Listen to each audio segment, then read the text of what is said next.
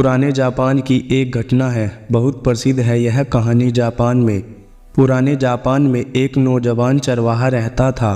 वह नौजवान चरवाहा अनपढ़ था। वह चरवाहा अपने दिमाग में चल रहे विचारों से बहुत परेशान था। उस नौजवान चरवाहे का मन भी दुखी रहता था। इसलिए इन सभी विचारों से बचने के लिए उसने सोचा कि ध्यान करना चाहिए, लेकिन वह ध्यान करना भी नहीं जानता था। इसलिए वह जापान के आश्रम में पहुंचा, जहां 500 शिष्य रहते थे।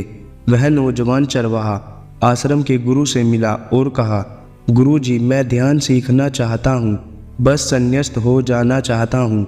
गुरु ने कहा, तू सच में सन्यासी होना चाहता है या फिर सन्यासी दिखना चाहता है? नौजवान चरवाहा बोला, जब सन्यासी ही होना है तो दिखने का क्या करूँगा? मैं तो बस सन्यासी ही होना चाहता हूँ। तो गुरु ने कहा, तो ठीक है, यह हमारी आखिरी मुलाकात है। अब तू दोबारा मेरे पास मत आना। जब ज़रूरत होगी तब खुद मैं तेरे पास आ जाऊंगा। इस आश्रम में 500 शिष्य रहते हैं। तुम्हें इन 500 शिष्यों के लिए चावल कूटने का काम करना है।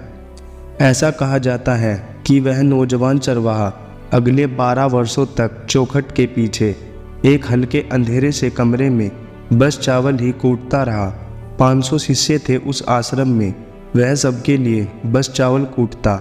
सुबह से उठता, बस चावल कूटता, रात थक जाता तो सो जाता।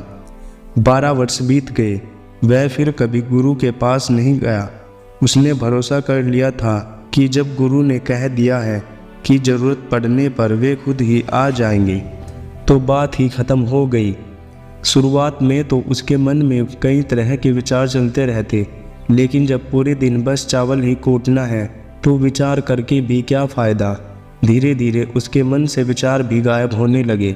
वह बस सुबह उठने से लेकर रात सोने तक बस चावल ही कूटता रहता। गुरु ने कह ही दिया था कि तुझे चावल ही कूटना है, तो बस सारे प्रश्न ही ख़त्म हो गए। गुरु ने कहा है तो ठीक ही कहा होगा।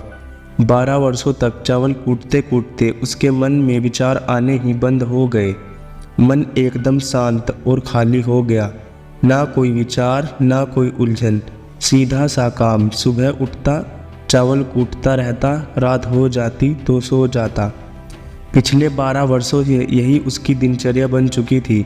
विचार मुक्त होकर वह बस अपना काम करता। 12 साल बीत जाने के बाद गुरु ने घोषणा की कि मेरे जाने का समय आ चुका है। जो भी शिष्य मेरा उत्तराधिकारी बनना चाहता हो, वो आज रात मेरे कमरे की दीवार के बाहर 4 पंक्तियाँ लिख जाए, जिसमें जीवन का सत्य उजागर हो, जिसमें उसका और उसके विचारों का सत्य उजागर होता हो। लेकिन ये विचार उसके खुद के होने चाहिए। यह उसका खुद का अनुभव होना चाहिए। यह घोषणा सुन सभी शिष्य डर गए, क्योंकि गुरु को धोखा देना आसान ना था। शास्त्र तो सभी शिष्य ने पढ़ रखे थे, लेकिन उन सभी में से जो सबसे बड़ा विद्वान था, उसने साहस जुटाकर गुरु के कमरे की दीवार पे उस रात 4 पंक्तियाँ लिख दी। उसने लिखा कि मन एक दर्पण की तरह है, जिस पर धूल जम जाती है। धूल को साफ कर दो तो धर्म उपलब्ध हो जाता है। इस धूल को साफ कर दो तो सत्य अनुभव में आ जाता है। सुबह गुरु उठा, उसने देखा तो चिल्लाया, ये किस मूर्ख ने मेरी दीवार खराब कर दी? उसे पकड़कर मेरे पास लाओ। पर वह विद्वान तो लिखकर रात ही भाग गया था। वह डरा हुआ था, क्योंकि यह पंक्तियाँ उसकी नहीं थी। उसने एक बड़े शास्त्र से इन पंक्तियों को चोरी किया था। इसमें उसका खुद का अनुभव ना था। शब्द अच्छे तो थे, लेकिन उनमें प्राण नहीं थे। वह जाते समय अपने आश्रम के मित्रों से कह गया था कि अगर सुबह गुरु कहे, वाह क्या बात कही है, तो मुझे खबर कर देना। लेकिन अगर गुरु पढ़कर क्रोधित हो जाए तो मेरा पता मत बताना। सारा आश्रम चिंतित हुआ कि इतने सुंदर वचन तो है, वचनों में क्या कमी है? मन दर्पण की तरह ही तो है, जिसमें शब्दों की, विचारों की, अनुभवों की धूल जम जाती है। बस इतनी ही तो बात है। साफ कर दो दर्पण तो सत्य का प्रतिबिंब फिर बन जाता है।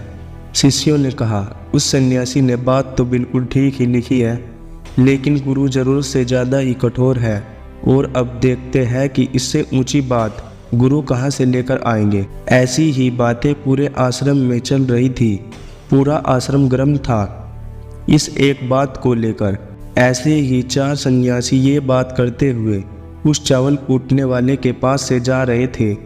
उसने भी इन चारों की बात सुनी। उनकी बात सुनकर वह हंसने लगा। उनमें से एक ने कहा, तुम हंस रहे हो, बात क्या है?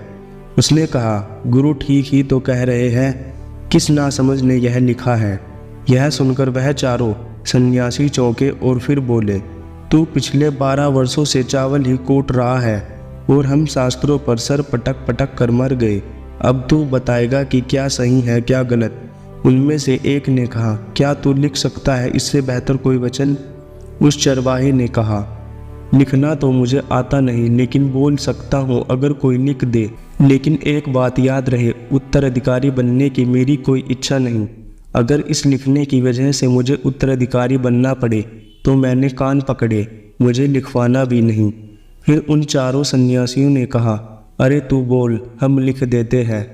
उसने लिखवाया, कहा, लिख दो जाकर। कैसा दर्पण कैसी धूल, ना कोई दर्पण ना कोई धूल। जो इसे जान लेता है धर्म को उपलब्ध हो जाता है, सत्य को उपलब्ध हो जाता है। आधी रात को गुरु उस चावल कूटने वाले के पास आए और कहा, अब तू यहाँ से भाग जा, वरना ये 500 शिष्य तुझे जीने ना देंगे। ये मेरा साल ले और लाठी ले, तू मेरा उत्तराधिकारी बनना चाहे या ना बनना चाहे, तू मेरा उत्तराधिकारी है। मैंने तुझे ही अपना उत्तराधिकारी मान लिया है, लेकिन अब तू इस आश्रम से चला जा, वरना ये 500 शिष्य तुझे मार डालेंगे। यह सब बर्दाश्त नहीं कर पाएंगे कि एक अनपढ़ चरवाहा आत्मज्ञान को उपलब्ध हो गया, सत्य को उपलब्ध हो गया और हम सभी शास्त्रों पर ही माथा पीटते रह गए। इसलिए तू यहाँ से चला जा। दोस्तों, यह कहानी यही समाप्त होती है। इस कहानी से हमें यह पता चलता है कि हमें अपने अशांत मन को शांत करने के लिए रोजाना ध्यान योगाभ्यास करना चाहिए। दोस्तों, वीडियो पसंद आए तो वीडियो को लाइक और चैनल को सब्सक्राइब जरूर करना।